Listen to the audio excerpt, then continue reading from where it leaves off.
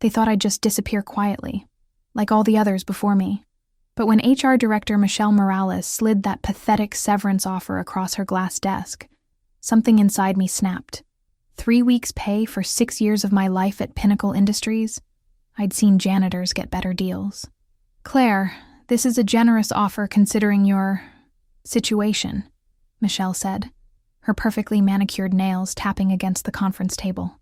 The fluorescent lights hummed overhead, casting harsh shadows across her face as she spoke. The Chicago skyline stretched endlessly beyond the floor-to-ceiling windows, 43 floors above the bustling streets where regular people lived honest lives. "Sign here, and we can put this whole misunderstanding behind us." Misunderstanding. That's what they called it when I'd reported our CFO Dennis Ross for pressuring female employees into after-hours strategy sessions at his downtown penthouse. 3 women had already left the company in the past year, and now they wanted me gone too. The conference room smelled of expensive leather and fear. Michelle's assistant, a young woman named Amber Rivera, sat in the corner taking notes, her eyes carefully avoiding mine. I wondered how many times she'd witnessed this exact scene play out. How many women had sat in this chair, facing the same impossible choice between financial survival and their dignity. My hands trembled as I stared at the non-disclosure agreement stapled to the back of the severance package. The same NDA that had silenced Patricia Wright, Lucy Stewart, and God knows how many others. The same document that had allowed Dennis to keep his corner office while his victims scattered to the wind like autumn leaves in the Chicago wind. "I need time to think," I said, pushing the papers back across the table. Michelle's smile faltered, revealing the steel beneath her corporate facade. "Claire, I'd really encourage you to reconsider. This offer expires at 5 p.m. today. After that, well," she shrugged, letting the threat hang in the air like smoke. The implication was clear. Sign now or get nothing.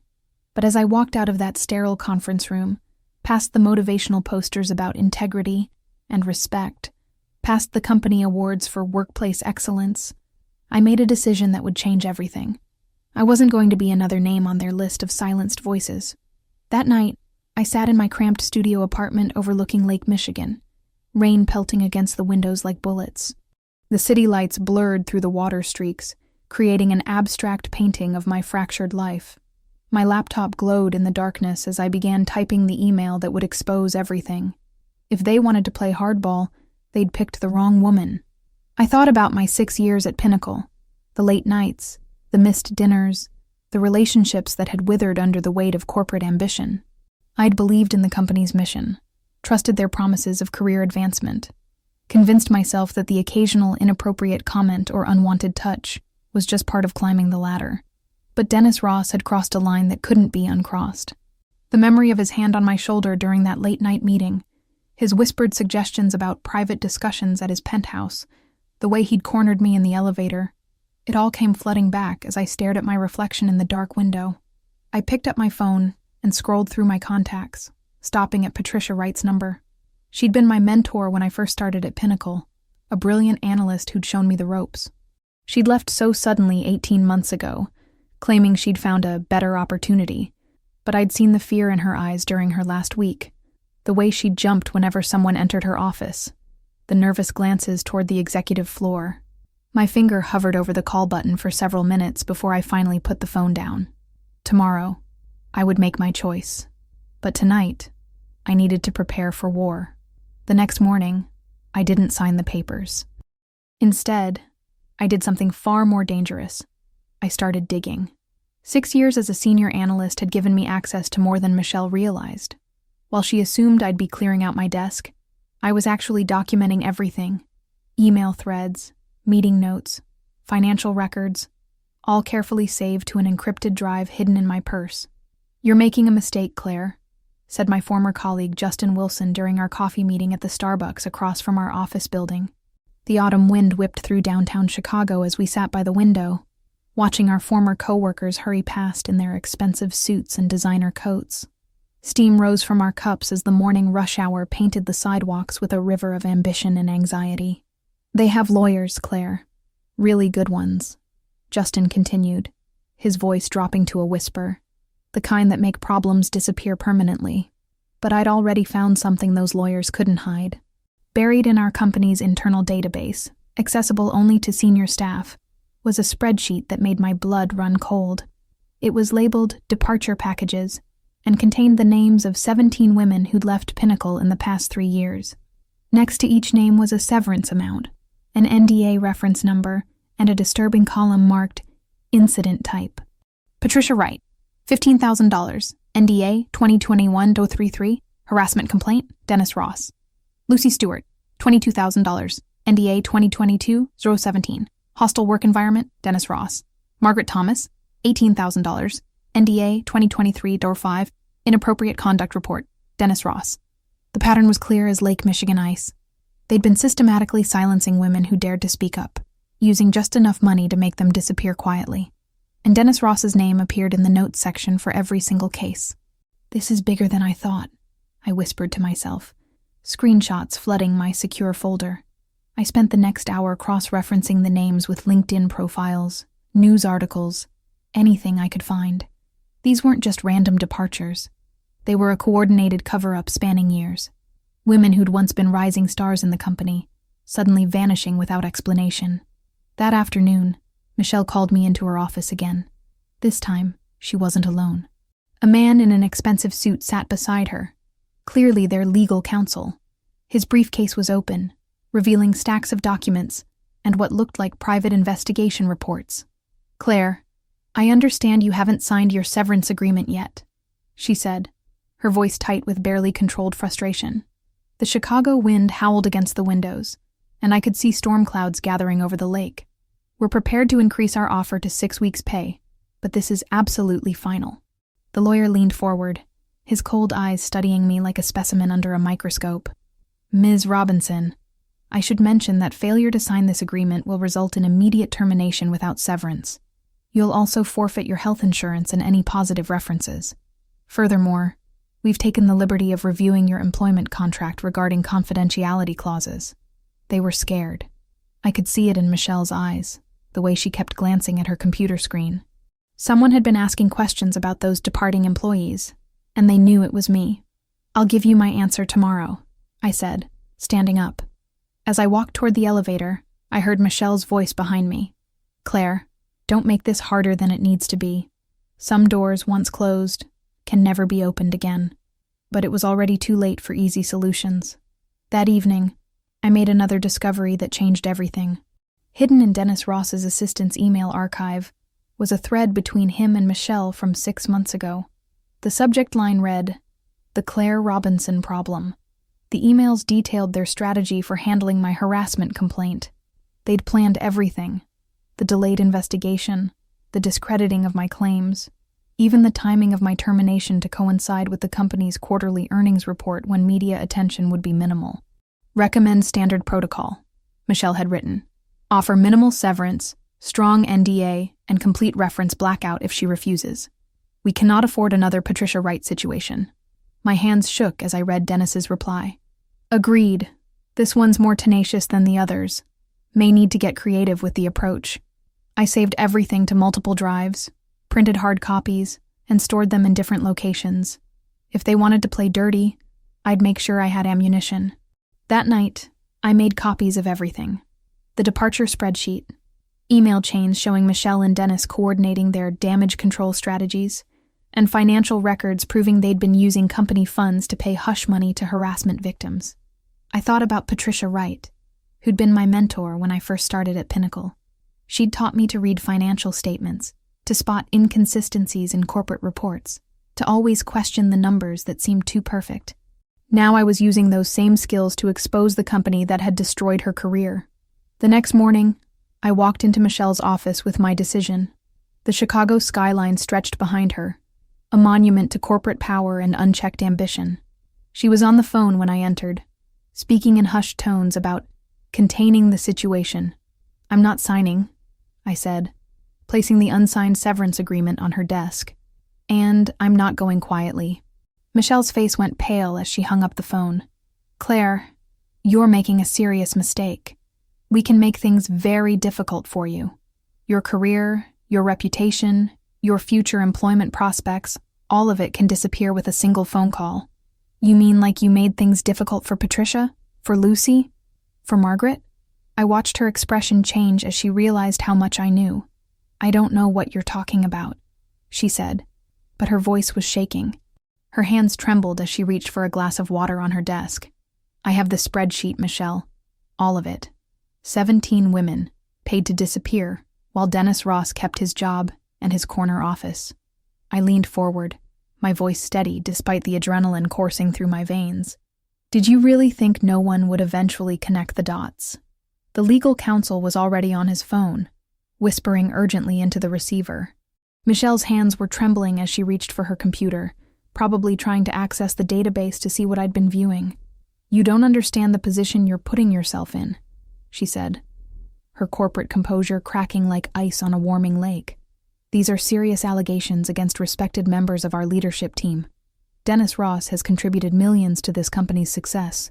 His reputation is impeccable. Then I guess Dennis should have thought about that before he decided to turn his office into a hunting ground, I replied. Michelle stood up, her chair scraping against the floor. You have no idea what you're up against, Claire. This company has resources you can't imagine. Legal teams, private investigators, connections in media and government. We will destroy you. You already tried to destroy me, I said. The difference is, I'm not going to let you do it quietly.